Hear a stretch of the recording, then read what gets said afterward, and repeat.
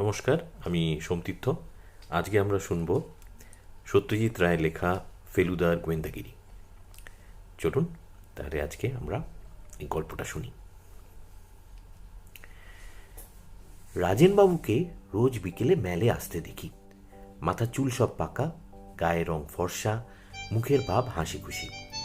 পুরনো নেপালি আর তিব্বতী জিনিস টিনিসের যে দোকানটা আছে সেটা কিছুক্ষণ কাটিয়ে বাইরে এসে বেঞ্চিতে আধ ঘন্টার মতো বসে সন্ধে সন্ধে হব হলে জল পাহাড়ে বাড়ি ফিরে যান। আমি আবার একদিন ওর পিছন পিছন গিয়ে ওর বাড়িটাও দেখে এসেছি। গেটের কাছাকাছি যখন পৌঁছেছি হঠাৎ আমার দিকে ফিরে জিজ্ঞেস করলেন, কে? তুমি পিছু নিয়েছ? আমি বললাম, আমার নাম তপেশ রঞ্জন বোস। তবে এই নাও, লজেন জুস খাও। বলে পকেট থেকে সত্যি একটা লেমন ড্রপ বার করে আমায় দিলেন। হাত দিয়ে বললেন, একদিন সকাল সকাল এসো আমার বাড়িতে, অনেক মুখোশ টুকোশ আছে, তোমাকে দেখাবো। সেই রাজেন বাবুর যে এমন বিপদ ঘটতে পারে তা কেউ বিশ্বাস করবে? ফেলুদাকে কথাটা বলতেই সে খ্যাক করে উঠল। পাকামো করিস না। কার কিভাবে বিপদ ঘটে না ঘটে সেটা কি মানুষকে দেখলে বোঝা যায়? আমি দস্তুর মতো রেগে গেলাম। বারে, রাজেনবাবু যে ভালো লোক সেটা বুঝি দেখলে বোঝা যায় না? তুমি তো তাকে দেখোইনি, দার্জিলিংয়ে এসে অবধি তো তুমি বাড়ি থেকেই বেরোওনি। রাজেনবাবু নেপালি বস্তিতে গিয়ে গরিবদের কত সেবা করেছেন সেটা জানো? আচ্ছা, বেশ বেশ, এখন বিপদটা কি তাই শুনি। আর তুই কচি খোকা, সে বিপদের কথা তুই জানলি কি করে? কচি খোকা অবশ্য আমি মোটেই না, কারণ আমার বয়স ঠিক 13.5 বছর। ফেলুদার বয়স আমার ঠিক ডবল। সত্যি বলতে কি, ব্যাপারটা আমার জানার কথা নয়। মেলে বেঞ্চিতে বসেছিলাম, আজ রবিবার ব্যান্ড বাজাবে তাই শুনবো বলে। আমার পাশে বসেছিলেন বাবু। তিনি রাজেনবাবুর ঘর ভাড়া নিয়ে দার্জিলিংয়ে গরমে ছুটি কাটাতে এসছেন। বাবু আনন্দবাজার পড়ছিলেন, আর আমি কোনো রকমে উকি ঝুঁকি মেরে ফুটবলের খবরটা দেখার চেষ্টা করছিলাম। এমন সময় হাঁপাতে হাঁপাতে ফ্যাকাশে মুখ করে রাজেনবাবু এসে ধপ করে বাবুর পাশে বসে গায়ের চাদরটা দিয়ে কপালের ঘাম মুছতে লাগলেন। বাবু কাগজ বন্ধ করে বললেন, কি হলো, চড়াইয়ে উঠে এলেন নাকি? রাজেনবাবু গলা নামিয়ে বললেন, আরে না বসাই, এক ইনক্রেডিবল ব্যাপার। ইনক্রেডিবল কথাটা আমার জানা ছিল, ফেলুদা ওটা প্রায়ই ব্যবহার করে। ওর মানে হচ্ছে অবিশ্বাস্য। বাবু বললেন, কি ব্যাপার? এই দেখুন না। রাজেনবাবু পকেট থেকে একটা ভাঁজ করা নীল কাগজ বার করে বাবুর হাতে দিলেন। বুঝতে পারলাম সেটা একটা চিঠি। আমি অবশ্য চিঠিটা পড়িনি বা পড়ার কোনো চেষ্টাও করিনি, বরঞ্চ আমি উল্টো দিকে মুখ ঘুরিয়ে গুনগুন করে গান গেয়ে এমন ভাব দেখাচ্ছিলাম যেন বুড়োদের ব্যাপারে আমার কোনো ইন্টারেস্টই নেই। কিন্তু চিঠিটা না পড়লেও বাবুর কথা আমি শুনতে পেয়েছিলাম। সত্যি ইনক্রেডিবল। আপনার উপরে কার এমন আক্রোশ থাকতে পারে যে আপনাকে এভাবে শাসিয়ে চিঠি লিখবে? রাজেনবাবু বললেন, তাই তো ভাবছি। সত্যি বলতে কি, কোনোদিনও কারো অনিষ্ট করেছি বলে তো মনে পড়ে না। বাবু এবার রাজেনবাবুর দিকে ঝুঁকে ফিসফিস করে বললেন, হাটের মাঝখানে এসব ডিসকাস না করাই ভালো। চলুন বাড়ি চলুন। দুই বুড়ো উঠে পড়লেন। ফেলুদা ঘটনাটা শুনে কিছুক্ষণ ভুরু কুচকে গুম হয়ে বসে রইল। তারপর বলল, তুই তাহলে বলছিস যে একবার তলিয়ে দেখা চলতে পারে? বারে, তুমি রহস্যজনক ঘটনা খুঁজছিলে বললে অনেক ডিটেকটিভ বই পড়ে তোমারও ডিটেকটিভ বুদ্ধিটা খুব ধারালো হয়ে উঠেছে। তা তো বটেই। এই ধর, আমি তো আজ মেলে যাইনি, তবুও আমি বলে দিতে পারি তুই কোন দিকের বেঞ্চে বসেছিলি।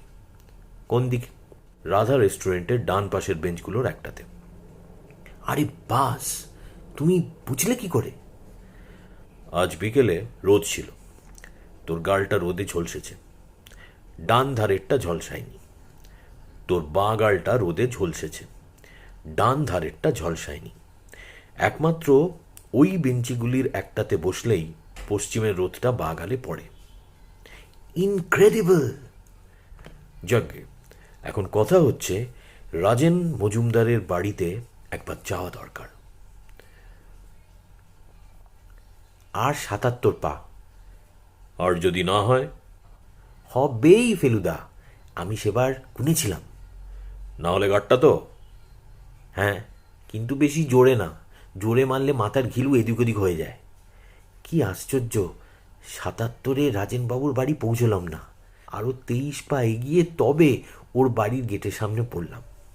ফেলুদা ছোট করে একটা গাঁটটা মেরে বলল, আগের বার ফেরার সময় গুনেছিলি না আসার সময়? ফেরার সময়।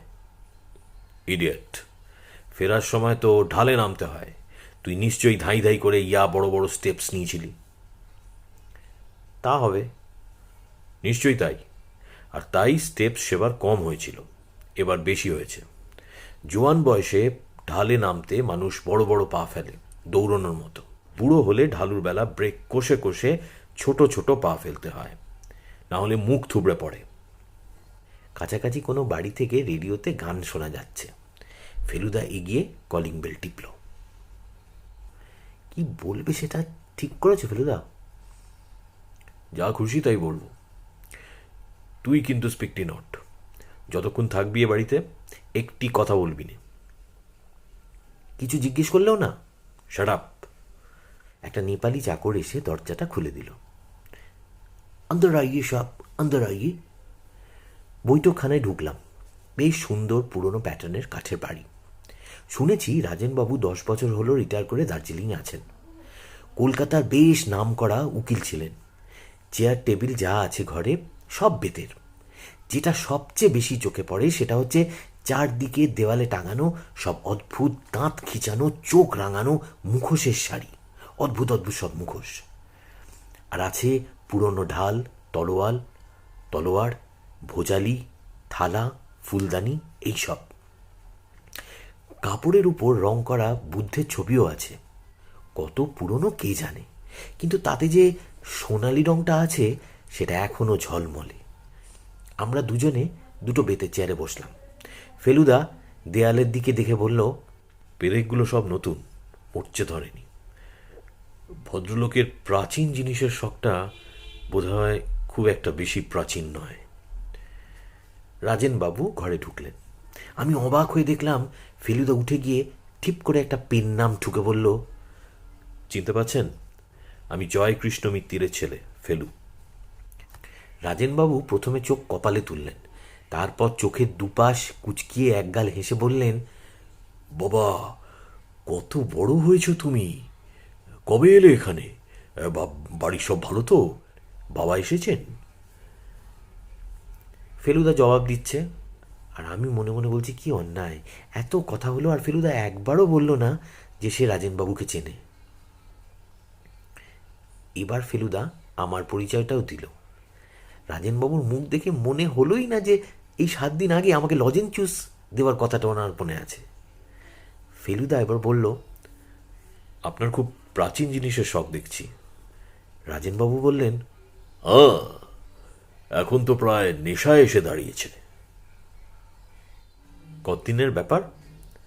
এই তো মাস 6 হবে, কিন্তু এরই মধ্যে অনেক কিছু সংগ্রহ করে ফেলেছি। ফেলুদা এবার একটা গলা খাকরানি দিয়ে আমার কাছ থেকে শোনা ঘটনাটাই শুনিয়ে বলল, আপনি আমার বাবার মামলার ব্যাপারে যেভাবে সাহায্য করেছিলেন, তার প্রতিদানে আপনার এই বিপদে যদি কিছু করতে পারি। রাজেনবাবুর ভাব দেখে মনে হলো তিনি সাহায্য পেলে খুশি হবেন, কিন্তু তিনি কিছু বলবার আগেই 3 কড়ি বাবু ঘরে ঢুকলেন। তার হাঁপানোর বহর দেখে মনে হলো বোধহয় বেরিয়ে ফিরলেন। রাজেনবাবু আমাদের সঙ্গে ভদ্রলোকের আলাপ করিয়ে দিয়ে বললেন, আমার বিশেষ বন্ধু অ্যাডভোকেট জ্ঞানেশ সেন হচ্ছেন 3 কড়ি বাবুর প্রতিবেশী। আমি ঘর ভাড়া দেব শুনে জ্ঞানেশই ওকে সাজেস্ট করে আমার এখানে থাকতে। গোড়ায় উনি হোটেলের কথা ভেবেছিলেন। 3 কড়ি বাবু হেসে বললেন, আমার ভয় ছিল আমার এই চুরুটের বাতিকটা নিয়ে। এমনও হতে পারত যে রাজেনবাবু হয়তো চুরুটের গন্ধ সহ্যই করতে পারেন না, তাই সেটা আমি আমার প্রথম চিঠিতেই লিখে জানিয়ে দিয়েছিলাম। ফেলুদা বলল, আপনি কি হাওয়া বদলের জন্য এখানে এসেছেন? হ্যাঁ তা বটে, তবে হাওয়ার অভাবটাই যেন লক্ষ্য করছি বেশি। পাহাড়ের ঠান্ডাটা আর একটু বেশি এক্সপেক্ট করে লোকে। ফেলুদা হঠাৎ বলল, আপনার বোধহয় গান বাজনার শখ। তিনকুড়িবাবু অবাক হাসি হেসে বললেন, সেটা জানলে কি করে? আপনি যখন কথা বলছেন তখন লক্ষ্য করছি যে লাঠির উপর রাখা আপনার ডান হাতের তর্জনীটা রেডিওর সঙ্গে তাল রেখে যাচ্ছে। রাজেনবাবু হাসতে হাসতে বললেন, মোক্ষম ধরেছ ভাই, মোক্ষম ধরেছ। উনি ভালো শ্যামা সঙ্গীত গাইতে পারেন।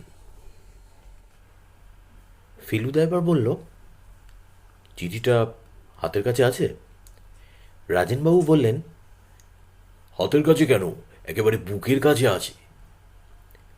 রাজেনবাবু কোটের বুক পকেট থেকে চিঠিটা বার করে ফেলুদাকে দিলেন। এইবার সেটা দেখার সুযোগ পেলাম।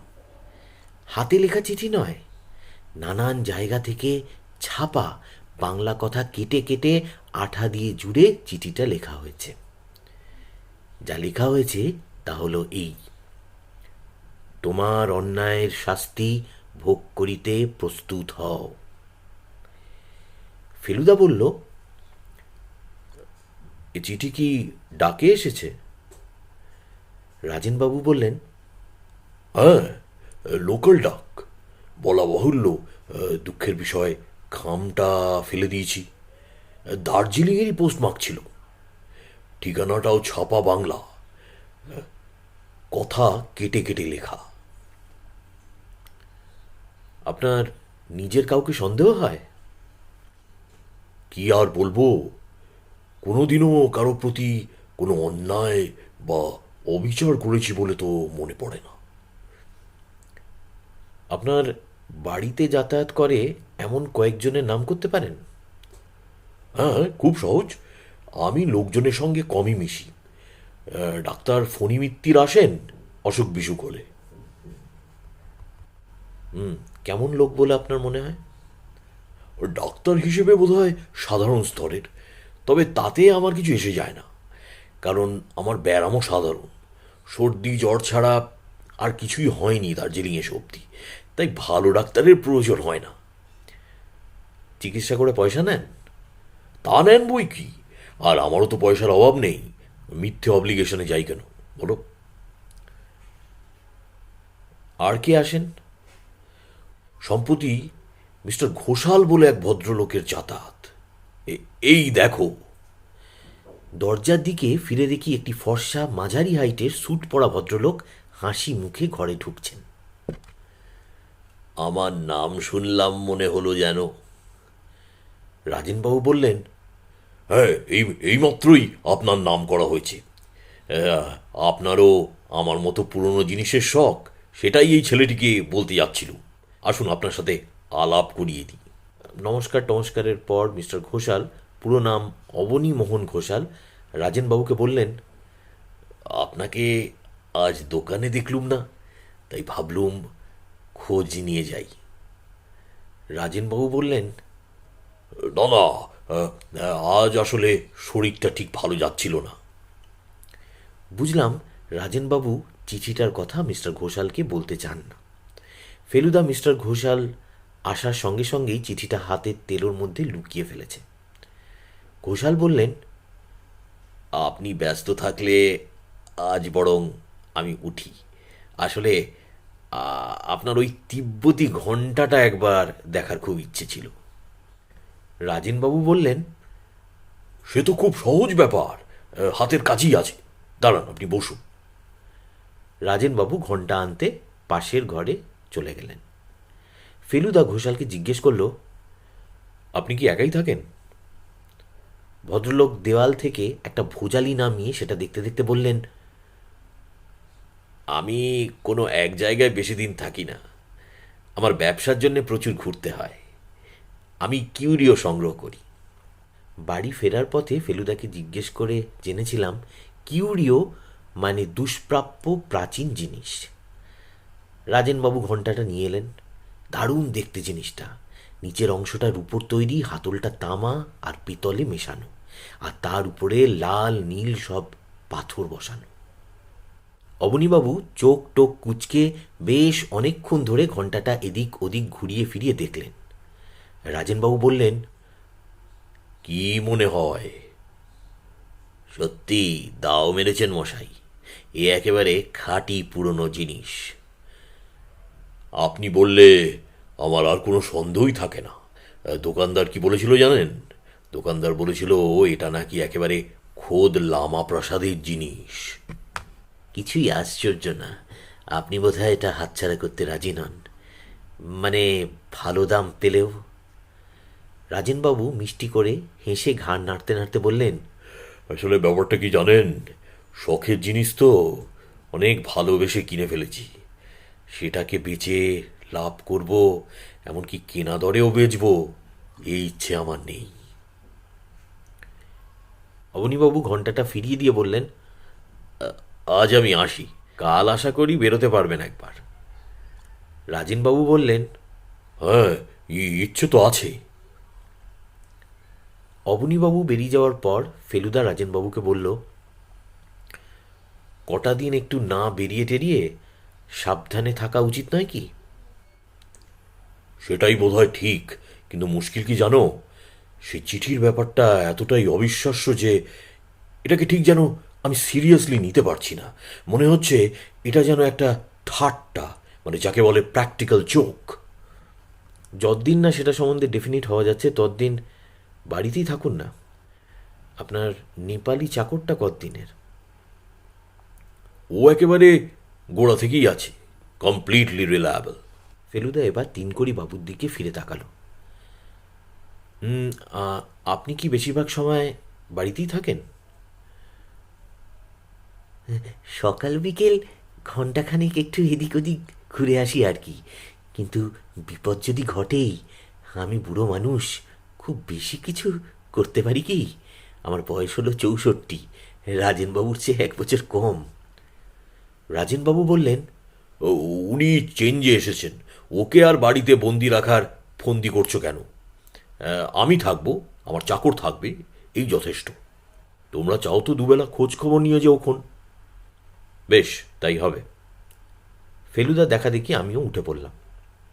আমরা যেখানে বসেছিলাম তার উল্টো দিকেই একটা ফায়ার প্লেস, ফায়ার প্লেসের উপরেই একটা তাক, আর সেই তাকের উপরে 3টে ফ্রেমে বাঁধানো ছবি। ফেলুদা ছবিগুলোর দিকে এগিয়ে এলো। প্রথম ছবিটা দেখিয়ে রাজেনবাবু বললেন, ইনি হচ্ছেন আমার স্ত্রী, বিয়ে 4 বছর পরেই মারা গিয়েছিলেন। দ্বিতীয় ছবি একজন আমার বয়সী ছেলের, গায়ে ভেলভেটের কোট। ফেলুদা জিজ্ঞেস করলো, এটিকে? রাজেনবাবু হো হো করে হেসে বললেন, সময়ের অভাবে মানুষের চেহারার কি বিচিত্র পরিবর্তন করতে পারে, সেইটাই বোঝানোর জন্য এই ছবি। উনি হচ্ছেন আমারই বাল্য সংস্করণ। বাঁকুড়া মিশনারি স্কুলে পড়তাম তখন। আমার বাবা ছিলেন বাঁকুড়ার ম্যাজিস্ট্রেট।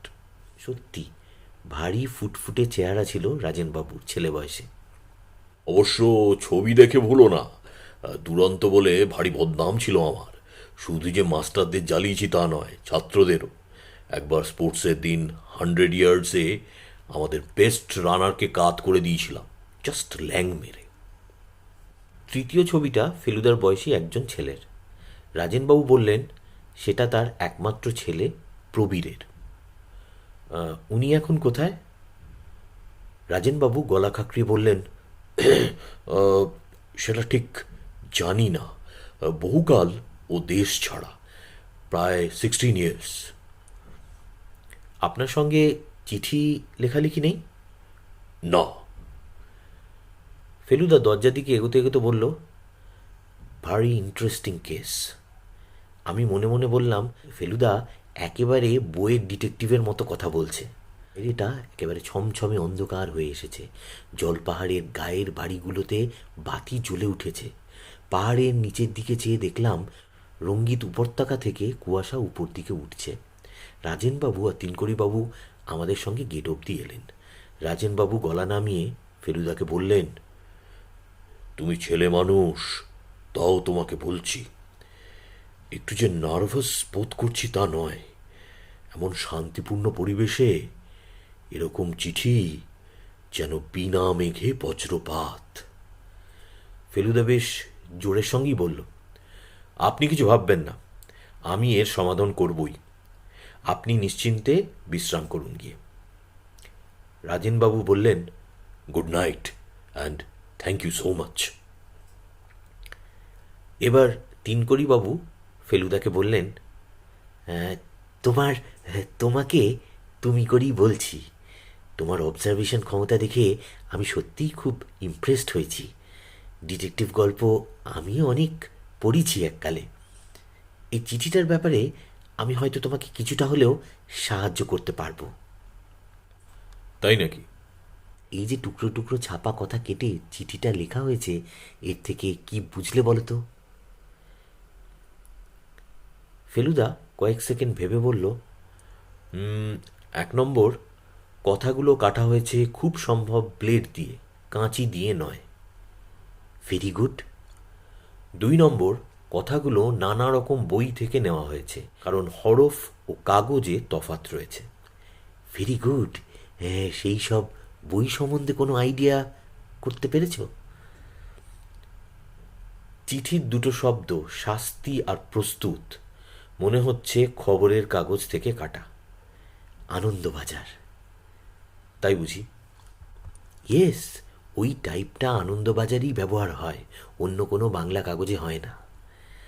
আর অন্য কথাগুলো কোনোটাই পুরো বই থেকে নেওয়া হয়নি, কারণ যে হরফগুলো ছাপা সেটা হয়েছে মাত্র 15-20 বছর। আর যে আঠা দিয়ে আটকানো হয়েছে সেটা সম্বন্ধে কোনো ধারণা করতে পারলে? গন্ধটা গ্রিপেক্স আঠার মতো। চমৎকার ধরেছ। কিন্তু আপনি তো ধরার ব্যাপারে কম জান না দেখছি। তিনকড়িবাবু হেসে বললেন, কিন্তু তোমার বয়সে আমি ডিটেকটিভ কথাটার মানে জানতুম কিনা সন্দেহ। বাড়ি ফেরার পথে ফেলুদা বলল, রাজেনবাবুর মিস্ট্রি সলভ করতে পারবো কিনা জানি না, কিন্তু এই সূত্রে তিনকড়িবাবুর সঙ্গে আলাপটা বেশ ফাও পাওয়া গেল।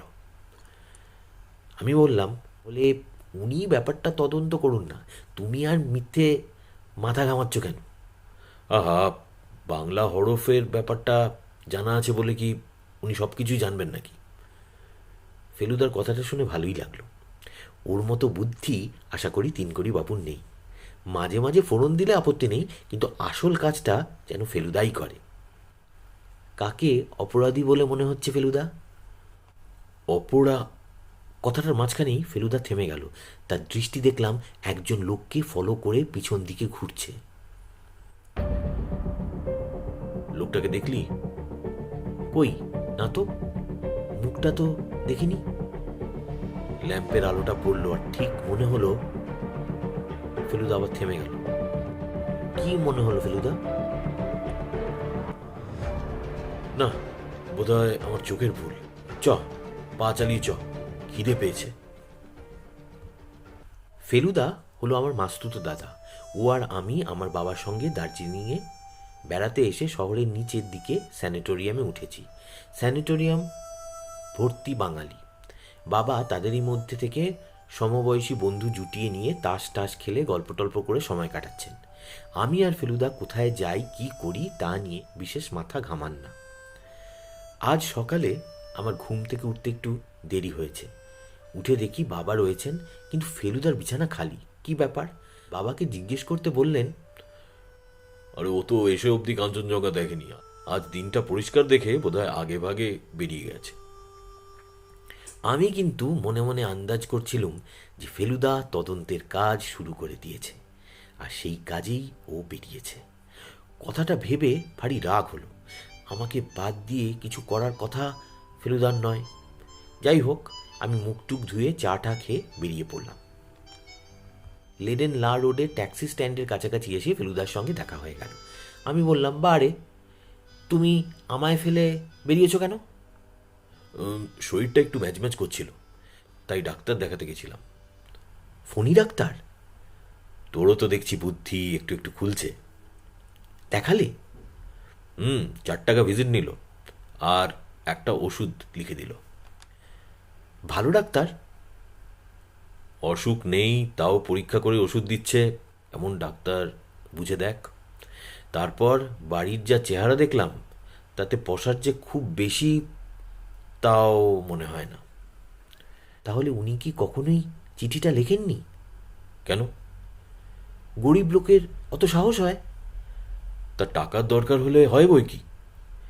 কিন্তু চিঠিতে তো টাকা চাইনি। ওইভাবে খোলাখুলি বুঝি কেউ টাকা চায়? তবে রাজেনবাবুর অবস্থা কাল কিরকম দেখলি বলতো? এ, কেমন যেন ভীতু ভীতু। ভয় পেয়ে মনের অসুখ হতে পারে, সেটা জানিস? তা তো পারি। আর মনের অসুখ থেকে শরীরের অসুখ। ও তাও হয় বুঝি? ইয়েস। আর শরীরের অসুখ হলে ডাক্তার ডাকতে হবে, সেটা আশা করি তোর মতো ক্যাবলারও জানা আছে। ফেলুদার বুদ্ধি দেখে আমার প্রায় নিঃশ্বাস বন্ধ হয়ে গেল। অবশ্য ফণি ডাক্তার যদি সত্যি এত সব ভেবে টেবে চিঠিটা লিখে থাকে, তাহলে ওর বুদ্ধি সাংঘাতিক বলতে হবে। ম্যালের মুখে ফোয়ারার কাছাকাছি যখন এসেছি, তখন ফেলুদা বলল, কিউরিও সম্বন্ধে একটা কিউরিসিটি বোধ করছি। কিউরিও মানে আগেই শিখেছিলাম, আর কিউরিওসিটি মানে যে কৌতূহল, সেটা স্কুলেই শিখেছি। আমাদের ঠিক পাশেই নেপাল কিউরিও শপ। রাজেনবাবু আর অবনীবাবু এখানেই আসেন। ফেলুদা শটান দোকানের ভেতর গিয়ে ঢুকল। দোকানদারের গায়ে ছাই রঙের কোট, গলায় মাফলার, আর মাথায় সোনালি কাজ করা কালো টুপি। ফেলুদাকে দেখে হাসি হাসি মুখ করে এগিয়ে এলো। দোকানের ভেতরটা পুরনো জিনিসপত্রে গিজগিজ করছে। আলোও বেশি নেই, আর গন্ধটাও যেন সেকেলে। ফেলুদা এদিক ওদিক দেখে গম্ভীর গলায় বলল, ভালো পুরনো থাঙ্কা আছে? আপনি এই পাশের ঘরে আসুন। ভালো জিনিস তো সব বিক্রি হয়ে গেছে, তবে নতুন মাল আবার কিছু এসেছে। আপনি আসুন, পাশের ঘরে আসুন। পাশের ঘরে যাওয়ার সময় আমি ফেলুদার কানের কাছে মুখ নিয়ে গিয়ে বললাম, ফেলুদা, থাঙ্কা কি জিনিস? ফেলুদা দাঁতের দাঁত চেপে বলল, দেখতেই তো পাবি। পাশের ঘরটা আরও ছোট, যাকে বলে একেবারে ঘুপচি। দোকানদার দেওয়ালে ঝোলানো সিল্কের উপর আঁকা একটা বুদ্ধের ছবি এগিয়ে দিয়ে বলল, এই একটাই ভালো জিনিস আছে, তবে একটু ড্যামেজড। একেই বলে থাঙ্কা। এ জিনিস তো রাজেনবাবুর বাড়িতে প্রচুর আছে। ফেলুদা ভীষণ বিজ্ঞের মতো থানকাটার গায়ের উপর চোখ ঠেকিয়ে ওপর থেকে নিচ অবধি প্রায় 3 মিনিট ধরে দেখে বলল, এটার বয়স তো 70 বছরের বেশি বলে মনে হচ্ছে না। আমি অন্তত 300 বছরের পুরনো জিনিস চাইছি। দোকানদার বলল, আমরা আজ বিকেলে একটা লট মাল পাচ্ছি, তার মধ্যে ভালো ভালো থাঙ্কা পাবেন। আজই পাচ্ছেন? হ্যাঁ, আজই। এই খবরটা তাহলে রাজেনবাবুকে তো জানাতেই হয়। ও মিস্টার মজুমদার, ওনার তো জানা আছে। রেগুলার খদ্দের যে 2-3 জন আছেন, তারা সকলেই নতুন মাল দেখতে এখানে আসবেন বিকেলবেলা। অবনীবাবুও খবরটা পেয়ে গেছেন, মিস্টার ঘোষাল? হ্যাঁ হ্যাঁ, জরুর জরুর পেয়েছেন, ওনাকেও খবর দেওয়া হয়েছে। আচ্ছা, আপনার আর বড় খদ্দের কে আছেন? আর আছেন মিস্টার গিলমোর, চা বাগানের ম্যানেজার। সপ্তাহে 2-3 দিন বাগান থেকে আসেন। আর মিস্টার নওলাখা, উনি এখন সিকিমে আছেন। বাঙালি আর কেউ নেই? না স্যার, বাঙালি আর কেউ নেই। আচ্ছা, দেখি বিকেলে যদি একবার ঢু মারতে পারি। তারপর আমার দিকে ফিরে বলল, তোপসে, তুই একটা মুখোশ চাস? তোপসে যদিও আমার ডাকনাম নয়, তবুও ফেলুদা তপেস থেকে ওই নামটাই করে নিয়েছে। মুখোশের লোভ কি সামলানো যায়? ফেলুদা নিজেই একটা বাছাই করে আমাকে কিনে দিয়ে বলল, এইটাই হচ্ছে সবচেয়ে হরেন্ডাস, কি বলিস? ফেলুদা বলে হরেন্ডাস বলে কোনো কথা আদৌ নেই। ট্রিমেন্ডাস বলে একটা কথা আছে, তার মানে হচ্ছে সাংঘাতিক। হরিবল বলে একটা কথা আছে, যার মানে হচ্ছে বীভৎস। এই দুটো একসঙ্গে বোঝাতে নাকি কেউ কেউ হরেন্ডাস ব্যবহার করে। মুখোশটা সম্বন্ধে যে ওই কথাটা দারুণ খাটে সেই বিষয়ে কোনো সন্দেহ নেই, একেবারে হরেন্ডাস। দোকান থেকে বেরিয়ে ফেলুদা আমার হাত ধরে কি একটা বলতে গিয়ে হঠাৎ থেমে গেল। এবারও দেখি ফেলুদা একজন লোকের দিকে দেখছে, বোধহয় কাল রাতে যাকে দেখছিল সেই লোকটাই। বয়স আমার বাবার মতো, মানে 40 কি 42, গায়ের রং ফর্সা, চোখে কালো চশমা। যে স্যুটটা পরে আছে সেটা দেখে মনে হয় খুব দামি স্যুট। ভদ্রলোক ম্যালের মাঝখানে দাঁড়িয়ে পাইপ ধরাচ্ছেন। আমার দেখেই কেমন যেন চেনা চেনা মনে হলো, কিন্তু কোথায় দেখেছি আমি ঠিক বুঝতে পারলাম না। ফেলুদা সোজা লোকটার দিকে এগিয়ে গেল এবং তার পাশে দাঁড়িয়ে ভীষণ সাহেবী কায়দায় উচ্চারণ করে বলল, এক্সকিউজ মি, আপনি মিস্টার চ্যাটার্জি? ভদ্রলোক একটু গম্ভীর গলায় পাইপ কামড়ে বলল, no no, I am not. Feluda খুবই অবাক হবার ভান করে বলল, স্ট্রেঞ্জ, আপনি সেন্ট্রাল হোটেলে উঠেছেন না? ভদ্রলোক একটু হেসে অবজ্ঞা সুরে বলল, no no, Mount Everest, and I don't have any twin brother. এই বলে ভদ্রলোক গটগটিয়ে অবজারভেটরি হিলের দিকে চলে গেলেন। যাবার সময় লক্ষ্য করলাম যে তার কাছে একটা ব্রাউন কাগজে মোড়া প্যাকেট। কাগজটার গায়ে লেখা নেপালি কিউরিও শপ। আমি চাপা গলায় বললাম, ফেলুদা, উনিও কি মুখোশ কিনেছেন নাকি? তা কিনতে পারেন, মুখোশটা তো আর তোর আর আমার একচুটিয়া নয়। চ, কেভেন্টার্সে চ, গিয়ে একটু কফি খাওয়া যাক। কেভেন্টাসের দিকে যেতে যেতে ফেলুদা বলল, লোকটাকে চিনলি? আমি বললাম, তুমিই তো চিনলে না, আমি আর কেমনি করে চিনব? তবে চেনা চেনা লাগছিল। আমি চিনলাম না? বারে, কোথায় চিনলে? ভুল বললে তো নামটা। উফ, তোর যদি এতটুকু সেন্স থাকে, ভুল নাম বলেছি হোটেলের নামটা বের করার জন্যে, সেটাও বুঝলি না? লোকটার আসল নাম কি জানিস? কি? প্রবীর মজুমদার। ও হো, হ্যাঁ, ঠিক বলেছ, ঠিক বলেছ। রাজেনবাবুর ছেলে, তাই না? যা ছবি রয়েছে ওই তাকের ওপর। অবশ্য বয়সটা এখন অনেক বেড়ে গেছে। শুধু যে চেহারায় মিল তা নয়, গালের আঁচিলটাও নিশ্চয়ই তুই লক্ষ্য করেছিস। আসল কথা হচ্ছে, ভদ্রলোকের জামা কাপড় সব বিলেতি, স্যুট লন্ডনের, টাই প্যারিসের, জুতো ইটালিয়ান, এমনকি রুমালটা পর্যন্ত বিলিতি। সত্য বিলেত ফেরত, সে বিষয়ে কোনো সন্দেহ নেই। কিন্তু ওর ছেলে এখানে রয়েছেন সে খবর রাজেনবাবু জানেন না? বাপ যে এখানে রয়েছে সেটা ছেলে জানে কিনা সেটাও খোঁজ নিয়ে দেখা দরকার। রহস্য ক্রমেই ঘনিয়ে আসছে। এই কথাটা ভাবতে ভাবতে কেভেন্টারের দোকানে পৌঁছালাম। দোকানের ছাদে যে বসার জায়গাটা আছে সেটা আমার ভীষণ ভালো লাগে। চারদিকে দার্জিলিং শহরটা, আর ওই নিচে বাজারটা দারুণ ভালো দেখায়। ছাদে উঠে দেখি ওনের টেবিলটায় চুরুট হাতে তিনকড়ি বাবু বসে কফি খাচ্ছেন। ফেলুদাকে দেখতে পেয়েই হাত তুলে তার টেবিলে গিয়ে বসতে বললেন আমাদের। আমরা তিনকড়ি বাবুর দুদিকে দুটো টিনের চেয়ারে বসলাম। তিনকড়ি বাবু ফেলুদাকে বললেন, ডিটেকশানে তোমার পারদর্শিতা দেখে খুশি হয়ে আমি তোমাদের দুজনকে দুটো হট চকলেট খাওয়াবো ভাবছি। আপত্তি আছে? হট চকলেটের নাম শুনে আমার জিভে জল এসে গেল। বেয়ারা এসে অর্ডার নিয়ে গেলে পর তিনকড়িবাবু কোটের পকেট থেকে একটা বই বার করে ফেলুদাকে দিয়ে বললেন, এই নাও, এটা একটা এক্সট্রা কপি আমার কাছে ছিল, আমার লেটেস্ট বই, তোমায় দিলুম।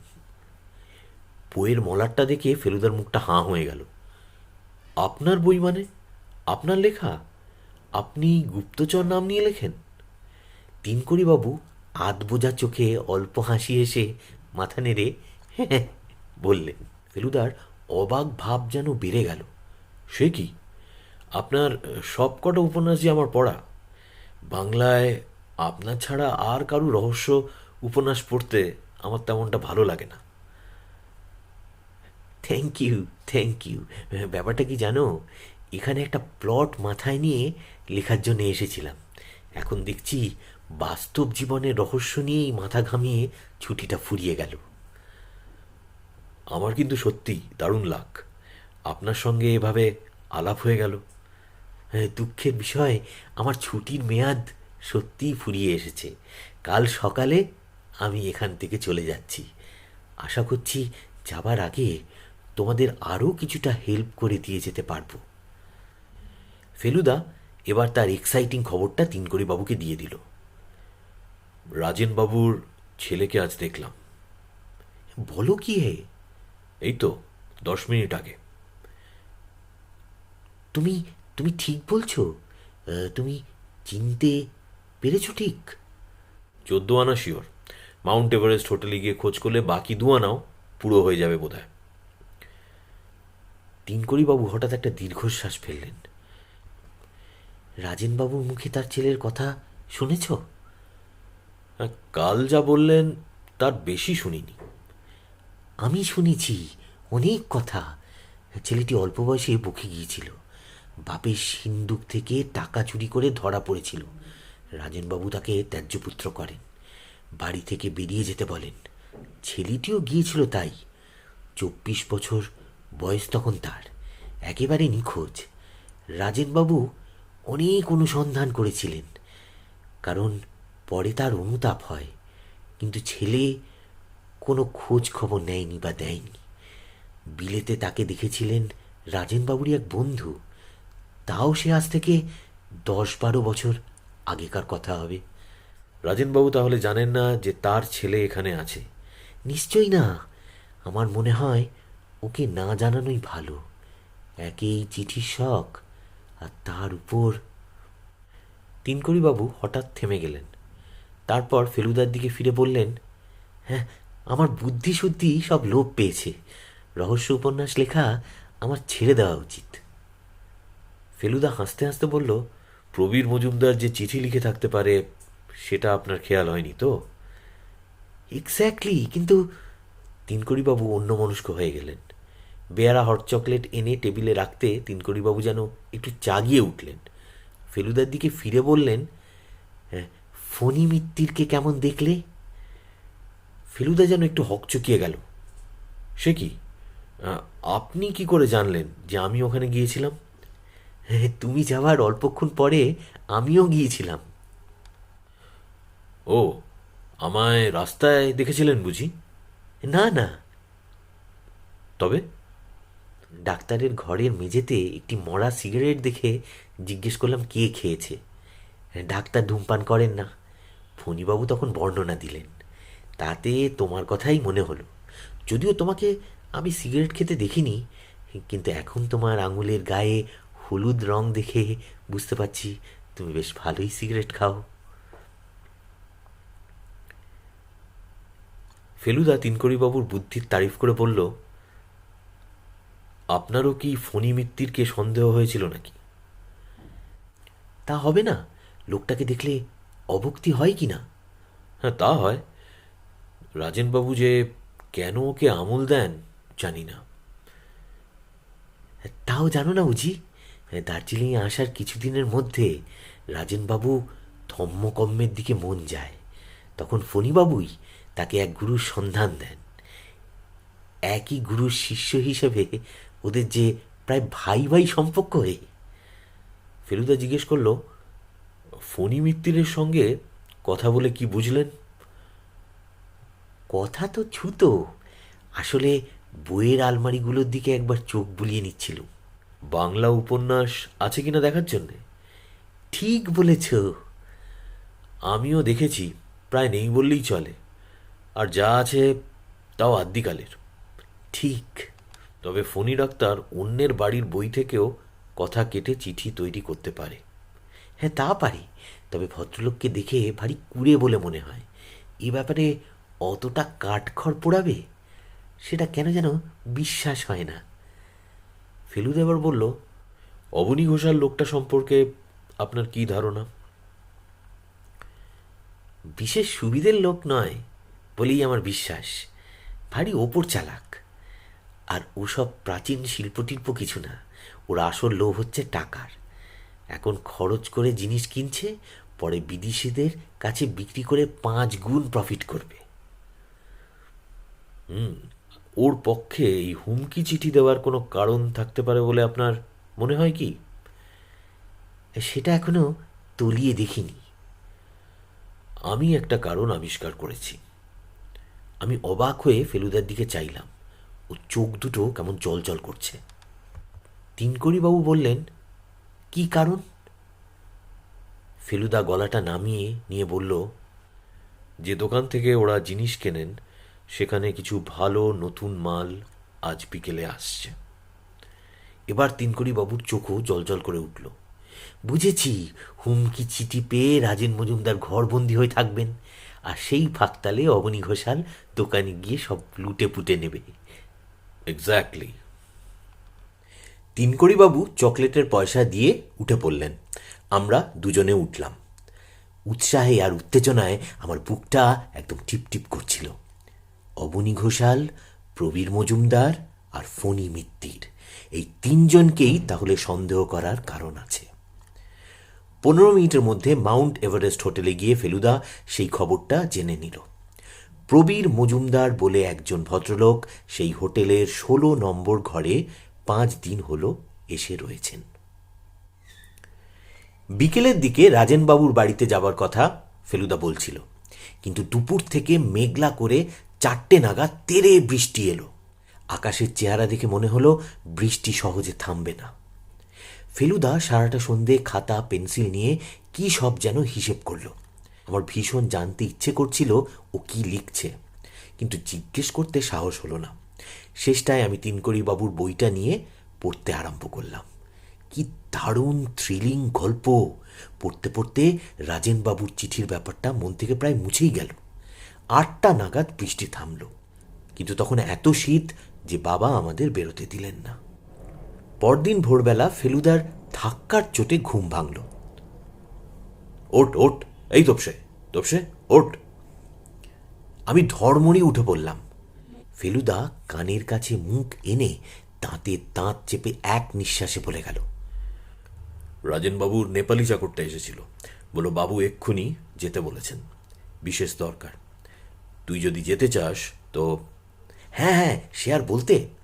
15 মিনিটের মধ্যে তৈরি হয়ে রাজেনবাবুর বাড়িতে পৌঁছে দেখি তিনি ফ্যাকাশে মুখ করে খাটে শুয়ে আছেন। ফণী ডাক্তার তার নাড়ি টিপে খাটের পাশটায় বসে, আর তিনকড়িবাবু এই শীতের মধ্যেও একটা হাত পাখা নিয়ে মাথার পিছনটায় দাঁড়িয়ে হাওয়া করছেন।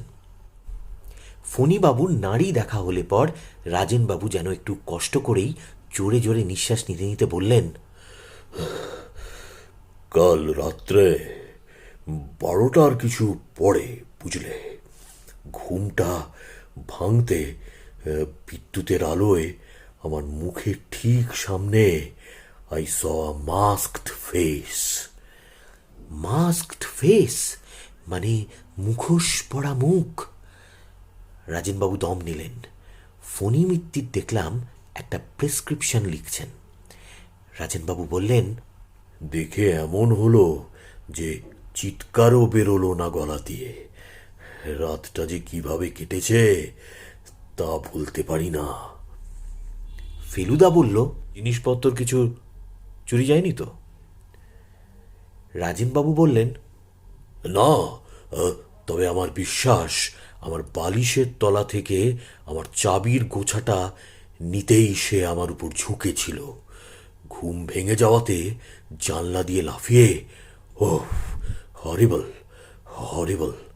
ফণী ডাক্তার বললেন, আপনি উত্তেজিত হবেন না, আপনাকে একটা ঘুমের ওষুধ দিচ্ছি, আপনার কমপ্লিট রেস্টের দরকার। ফণীবাবু উঠে পড়লেন। ফেলুদা হঠাৎ বলল, ফণীবাবু, কাল রাত্রে রুগী দেখতে গেছিলেন বুঝি? কোটের পিছনে কাদার ছিটে লাগলো কি করে? ফণীবাবু তেমন কিছু না ঘাবড়িয়ে বললেন, ডাক্তারের লাইফ তো জানেনি, আরতে সেবায় যখন জীবনটাই উৎসর্গ করেছি, তখন ডাক যখনই আসুন না কেন বেরোতেই হবে, সে ঝড়ই হোক আর বৃষ্টি হোক আর বরফই পড়ুক। ফণীবাবু তার পাওনা টাকা নিয়ে চলে গেলেন।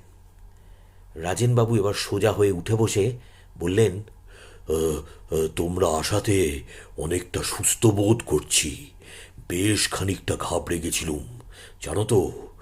এখন বোধহয় বৈঠকখানায় গিয়ে একটু বসা চলতে পারে। ফেলুদা আর তিনকড়িবাবু হাত ধরাধরি করে রাজেনবাবুকে বৈঠকখানা এনে বসালেন। তিনকড়িবাবু বললেন, স্টেশনে ফোন করেছিলুম, যদি যাওয়াটা দুদিন পিছনো যায়।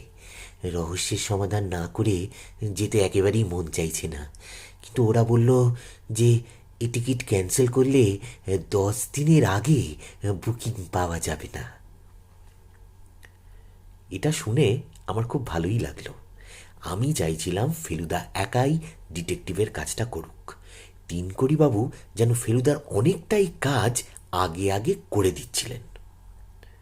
রাজেনবাবু বললেন, আমার চাকরটার পাহারা দেওয়ার কথা ছিল, কিন্তু আমি নিজেই কাল 10টার সময় তাকে ছুটি দিয়ে দিয়েছি। ওর বাড়িতে খুব অসুখ, বুড়ো বাপ আছে, তার এখন তখন অবস্থা। ফেলুদা বলল, মাছটা কেমন ছিল সেটা আপনার মনে আছে? রাজেনবাবু বললেন, খুবই সাধারণ নেপালি মুখোশ। দার্জিলিং শহরেই অন্তত আরো 300-400 খোঁজ করলে পাওয়া যাবে। আমার এই ঘরেই তো আরো 5খানা রয়েছে। ওই দেখো না। রাজেনবাবু যে মুখোশটার দিকে আঙুল দেখালেন, ঠিক সেই জিনিসটাই কাল ফেলুদা আমার জন্যে কিনে দিয়েছে। তিনকড়িবাবু এতক্ষণ বেশি কথা বলেননি। এবার বললেন, আমার মতে এবার বোধহয় পুলিশে একটা খবর দেওয়া উচিত। একটা প্রোটেকশনেরও তো ব্যাপার আছে। কাল যা ঘটেছে তারপরে তো আর ব্যাপারটাকে ঠাট্টা বলে মেনে নেওয়া চলে না। ফেলুবাবু, তুমি তোমার ইচ্ছে মতো তদন্ত চালিয়ে যেতে পারো, তাতে তোমায় কেউ বাধা দেবে না। কিন্তু আমি তো সব দিক বিবেচনা করে দেখছি যে একবার পুলিশের সাহায্য নেওয়া কিন্তু দরকার। আমি বরং যাই, গিয়ে একটা ডায়েরি করে আসি। প্রাণের ভয় আছে বলে মনে হয় না, তবে রাজেনবাবু আপনার ঘন্টাটা একটু সাবধানে রাখবেন। আমরা যখন উঠছি তখন ফেলুদা রাজেনবাবুকে বলল, তিনকড়িবাবু তো চলে যাচ্ছেন, তার মানে আপনার একটি ঘর খালি হয়ে যাচ্ছে। আমরা যদি আজ রাতটা ও ঘরে এসে থাকি, তাহলে আপনার কি কোনো আপত্তি আছে? রাজেনবাবু বললেন, মোটেই না, মোটেই না। আপত্তি কি? তুমি তো হলে আমার প্রায় আত্মীয়ের মতো। আর সত্যি কথা বলতে কি, যত বড় হচ্ছি তত যেন সাহসটা কমে আসছে। ছেলে বয়সে দুরন্তে হলে নাকি বুড়ো বয়সে মানুষ মেধা মেরে যায়। আমারও তাই অবস্থা হয়েছে। তিনকড়িবাবুকে ফেলুদা বলল, স্টেশনে ওকে সি অফ করতে যাবে। ফেরার পথে যখন নেপালি কিউরিও শপের পাশ দিয়ে যাচ্ছি, তখন আমাদের দুজনেরই চোখ গেল দোকানের ভিতর। দেখলাম দুজন ভদ্রলোক দোকানের ভিতরে জিনিসপত্র দেখছে আর পরস্পরের সঙ্গে কথা বলছে। মনে হয় দুজনের সঙ্গে অনেক দিনের আলাপ। একজন হচ্ছেন অবনী ঘোষাল আর আরেকজন প্রবীর মজুমদার। আমি ফেলুদার দিকে চাইলাম। তার মুখের ভাব দেখে মনে হলো না সে কোনো আশ্চর্য জিনিস দেখেছে। 10:30টার সময় স্টেশনে গেলাম তিনকড়িবাবুকে গুড বাই করতে। উনি এলেন আমাদেরও 5 মিনিট পরে। চড়াইয়ে উঠে উঠে পায়ে ব্যথা হয়ে গেছে, তাই আস্তে আস্তে হাঁটতে হলো। সত্যি ভদ্রলোক একটু খোঁড়াচ্ছিলেন। নীল রঙের ফার্স্ট ক্লাস কামরায় উঠে তিনকড়িবাবু তার অ্যাটাচি কেস খুলে একটা ব্রাউন কাগজের প্যাকেট ফেলুদাকে দিলেন। এটা কিনতেও একটু সময় লাগলো। রাজেনবাবু তো আর কিউরিও দোকানে যেতে পারলেন না, অথচ কাল সত্যি অনেক ভালো ভালো জিনিস এসেছে। তার থেকে একটি সামান্য জিনিস বাছাই করে ওর জন্য এনেছি। তোমরা আমার নাম করে শুভেচ্ছা জানিয়ে ওকে অবশ্যই দিয়ে দিও। ফেলুদা প্যাকেটটা নিয়ে বলল, আপনার ঠিকানাটা আপনি দিয়ে গেলেন না? মিস্ট্রিটা সলভ করে আপনাকে জানিয়ে দেবো ভেবেছিলাম যে। তিনকড়িবাবু বললেন, আমার প্রকাশকের ঠিকানাটা আমার বইতেই পাবে। তার কেয়ারে চিঠি লিখলেই আমার কাছে পৌঁছে যাবে। ওকে, চলি, গুড লাক। ট্রেন ছেড়ে দিল। ফেলুদা আমাকে বলল, লোকটা বিদেশে জন্মালে দারুণ নাম আর পয়সা করত। পরপর এতগুলো ভালো রহস্য উপন্যাস খুব কম লোকই লিখেছে। সারা দিন ধরে ফেলুদা রাজেনবাবুর ব্যাপারটা নিয়ে নানান জায়গা ঘোরাফেরা করলো। আমি অনেক করে বলতেও আমাকে সঙ্গে ও নিল না। সন্ধেবেলা যখন রাজেনবাবুর বাড়ি যাচ্ছি তখন ফেলুদাকে বললাম, কোথায় কোথায় গেলে সেইটা অন্তত তো বলবে। ফেলুদা বলল, দুবার মাউন্ট এভারেস্ট হোটেল, একবার ফণি মিত্তিরের বাড়ি, একবার নেপাল কিউরিও শপ, একবার লাইব্রেরি, আর এছাড়াও আরও একটা জায়গা। ও, আর কিছু জানতে চাস? অপরাধীকে সেটা তুমি বুঝতে পারলে? এখনো বলার সময় আসেনি। কাউকে সন্দেহ করছো? ভালো ডিটেকটিভ হতে গেলে প্রত্যেককেই সন্দেহ করতে হয়। প্রত্যেককে মানে? এই ধর তুই, আমি? মানে যার কাছে সেই মুখোশ আছে সেই সন্দেহের পাত্র, সে যে লোকই হোক। তাহলে তো তুমিই বা বাদ যাবে কেন? বেশি বাজে বকিসনি। বারে, তুমি যে রাজেনবাবুকে আগে চিনতে সে কথা তো তুমি আগে আমাকে বলনি। আমার মুখোশ তো ইচ্ছে করলে তুমিও ব্যবহার করতে পারো, হাতের কাছেই তো থাকে। শাট আপ, একদম চুপ করে থাক। রাজেনবাবুকে এবেলা দেখে তবু অনেকটা ভালো লাগলো। কেমন আছেন জিজ্ঞেস করতে উনি বললেন, দুপুরের দিকটা বেশ ভালো বোধ করছিলুম। যত সন্ধে হয়ে আসছে ততই যেন কেমন অস্বস্তি লাগছে। ফেলুদা তিনকড়ি বাবুর দেওয়া প্যাকেটটা রাজেনবাবুকে দিল। সেটা খুলে তার থেকে একটা চমৎকার বুদ্ধের মাথা বের হলো। সেটা দেখে রাজেনবাবুর চোখ ছলছল করে এলো। ধরা গলায় বললেন, খাসা জিনিস, খাসা জিনিস। ফেলুদা বলল, পুলিশ থেকে লোক এসছিল? আর বলো না, এসে 32 রকম জেরা করলো। কদ্দূর কি হদিশ পাবে জানি না, তবে আজ থেকে বাড়িটা ওয়াচ করার জন্য লোক থাকবে, সেটাই যা একটা নিশ্চিন্তি। সত্যি বলতে কি, তোমরা হয়তো না এলেও চলতো। ফেলুদা বলল, স্যানিটোরিয়ামে বড্ড গোলমাল, এখানে হয়তো চুপচাপ আপনার কেসটা নিয়ে একটু ভাবতে পারবো। রাজেনবাবু হেসে বললেন, আর তাছাড়া আমার চাকরটা খুব ভালো রান্না করে, জানো তো। আজ মুরগির মাংস রাখতে বলেছি, স্যানিটোরিয়ামে অন্টি খেতে পাবে না। রাজেনবাবু আমাদের ঘরটি দেখিয়ে দিয়ে নিজের ঘরে চলে গেলেন। ফেলুদা শটান খাটের ওপর শুয়ে পড়ে একটা সিগারেট ধরিয়ে কড়িকাঠের দিকে তাক করে পরপর 5টা ধোয়া রিং ছাড়ল। তারপর আধবোজা চোখে বেশ কিছুক্ষণ চুপ করে থেকে বলল, ফণি মিত্তির কাল সত্যি রুগী দেখতে গিয়েছিলেন। কার্ট রোডে একজন ধনী পাঞ্জাবি ব্যবসায়ীর বাড়ি।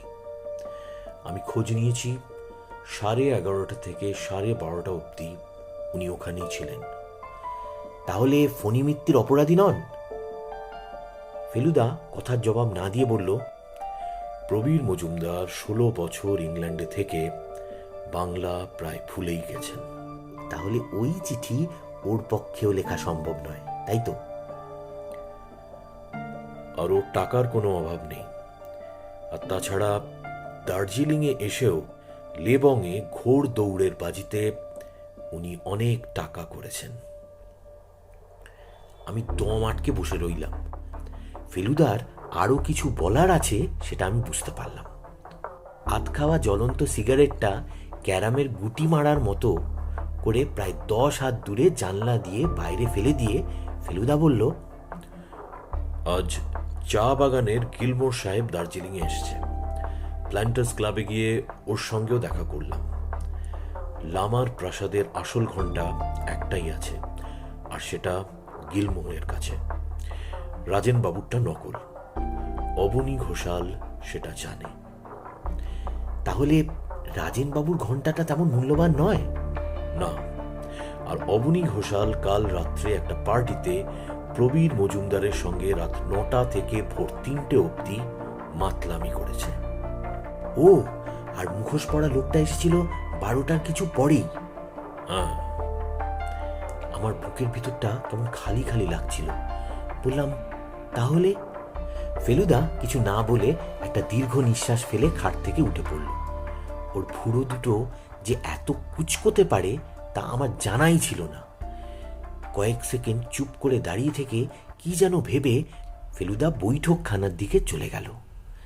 যাবার সময় বলল, একটু একা থাকতে চাই, ডিস্টার্ব করিস না।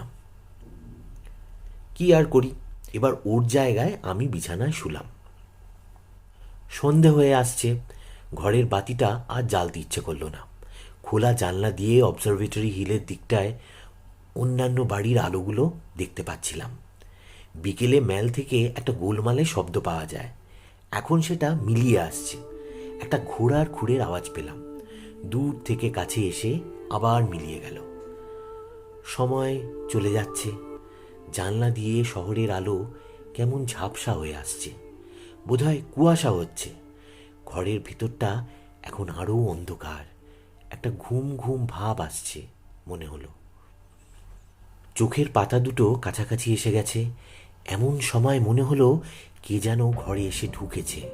মনে হতেই এমন ভয় হলো যে যে যেদিক থেকে লোকটা আসছে সেদিকে না তাকিয়ে আমি জোর করে নিঃশ্বাস বন্ধ করে জানলার দিকে তাকিয়ে রইলাম। কিন্তু লোকটা যে আমার দিকেই আসছে, আর আমার সামনেই এসে দাঁড়ালো যে। জানলার বাইরে শহরের দৃশ্যটা ঢেকে দিয়ে একটা অন্ধকার কি যেন এসে আমার সামনে দাঁড়িয়েছে। তারপর সেই অন্ধকার জিনিসটা নিচু হয়ে আমার দিকে এগিয়ে এলো। এইবার তার মুখটা আমার মুখের সামনে, আর সেই মুখটা একটা মুখোশ। আমি যেই চিৎকার করতে যাব অমনি অন্ধকার শরীরটার একটা হাত উঠে গিয়ে মুখোশটা খুলতেই দেখি ফেলুদা। কিরে, ঘুমিয়ে পড়েছিলি নাকি? ও ফেলুদা, তুমি? তা আমি না তোকে, তুই কি ভেবেছিলি? ফেলুদা ব্যাপারটা বুঝে একটা অট্টহাস্য করতে গিয়ে হঠাৎ থেমে গম্ভীর হয়ে গেল। তারপর খাটের পাশটায় বসে বলল, রাজেনবাবুর মুখোশগুলো সব কটা পড়ে দেখছিলাম, তুই এইটা একবার পড়তো। ফেলুদা আমাকে মুখোশটা পরিয়ে দিল। অস্বাভাবিক কিছু লাগছে কি? কই না তো, আমার পক্ষে এটুকু বড়, এই যা। আর কিছু না? ভালো করে একবার ভেবে দেখ তো। হ্যাঁ হ্যাঁ, একটু একটু একটু কেমন যেন গন্ধ। কিসের গন্ধ? চুরুট। ফেলুদা মুখোশটা খুলে নিয়ে বলল, এক্স্যাক্টলি। আমার বুকের ভিতরটা আবার টিপ টিপ করছিল। মুখ দিয়ে বেরিয়ে গেল, তিন করি বাবু। ফেলুদা দীর্ঘশ্বাস ফেলে বলল, সুযোগের দিক দিয়ে সবচেয়ে বেশি ছিল এরই। বাংলা উপন্যাস, খবরের কাগজ, ব্লেড, আঠা, কোনোটারই অভাব নেই। তুই নিশ্চয়ই লক্ষ্য করেছিলি যে স্টেশনে আজ যেন উনি একটু খোঁড়াচ্ছিলেন। সেটা বোধহয় কাল জানলার বাইরে লাফিয়ে পড়ার তরুণ। কিন্তু আসল যেটা রহস্য সেটা হলো কারণটা কি। রাজেনবাবুকে তো রীতিমতো সমীহ করতেন ভদ্রলোক। তাহলে কি কারণে, কি উদ্দেশ্যে তিনি এই চিঠি লিখেছিলেন, এটার উত্তর বোধহয় আর জানা যাবে না, কোনোদিনও না। রাত্রে কোনো দুর্ঘটনা ঘটেনি। সকালে সকালে খাবার ঘরে বসে রাজেনবাবুর সঙ্গে চা খাচ্ছি, এমন সময় নেপালি চাকরটা একটা চিঠি নিয়ে এলো। আবার সেই নীল কাগজ, আর খামের ওপর দার্জিলিংয়ের পোস্টমার্ক। রাজেনবাবু ফ্যাকাশে মুখ করে কাঁপতে কাঁপতে চিঠির ভাঁজ খুলে ফেলুদাকে দিয়ে বললেন, তুমি পড়ো, আমার আর সাহস হচ্ছে না। ফেলুদা চিঠিটা নিয়ে জোরে জোরে পড়ল।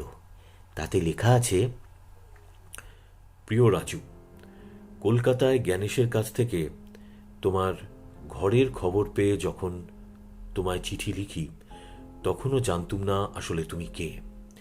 তোমার বাড়িতে এসে তোমার ছেলে বয়সের ছবিখানা দেখেই চিনেছি তুমি সেই 50 বছর আগের বাঁকুড়া মিশনারি স্কুলের আমার সহপাঠী রাজু।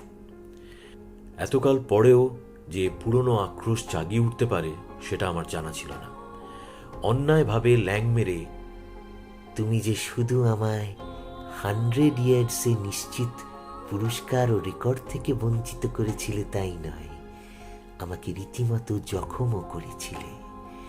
বাবা বদলি হলেন তখনই, তাই তোমার সঙ্গে বোঝাপড়া হয়নি, আর তুমিও আমার মন আর শরীরের কষ্টের কথা বুঝতে পারোনি। 3 মাস পায়ে প্লাস্টার লাগিয়ে হাসপাতালে পড়েছিলাম। এখানে এসে তোমার জীবনের শান্তিময় পরিপূর্ণতার ছবি আমাকে অশান্ত করেছিল, তাই তোমার মনে খানিকটা সাময়িক উদ্বেগের সঞ্চার করে তোমার সেই প্রাচীন অপরাধের শাস্তি দিলাম। শুভেচ্ছা নিও, ইতি তিনু, শ্রী তিনকড়ি মুখোপাধ্যায়।